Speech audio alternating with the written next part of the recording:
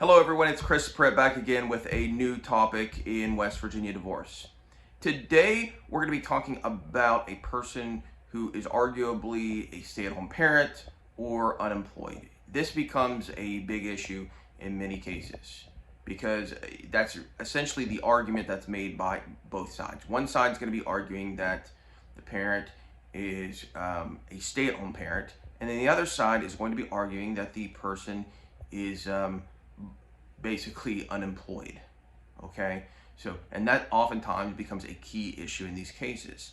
It's going to be a key issue when it comes to parenting, and it's going to be a key issue when it comes to spousal support. Oftentimes, one of the arguments that'll be made is that the person will come to court and they'll claim that they need spousal support and for additional skills because they have been a stay-at-home parent for a number of years. The other side's going to argue that no, this person just either didn't want to get a job or couldn't get a job for whatever reason. The court is really going to look at oftentimes a number of factors. One factor is going to be, well, what is the actual education of this person? Is it a reasonable argument to make that they really were a stay-at-home parent, and if they need the additional training? So let's say that you've got somebody who's highly educated. They have high skills and they're home. Well, I mean, you can make a pretty good argument there that the person is in fact, by agreement of the parties, a stay-at-home parent.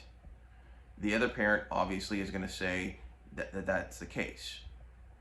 One of the issues that you have though is if, let's say, you've got somebody who has been who doesn't have a long track record of work, and they have been taking care of the kids for years and years.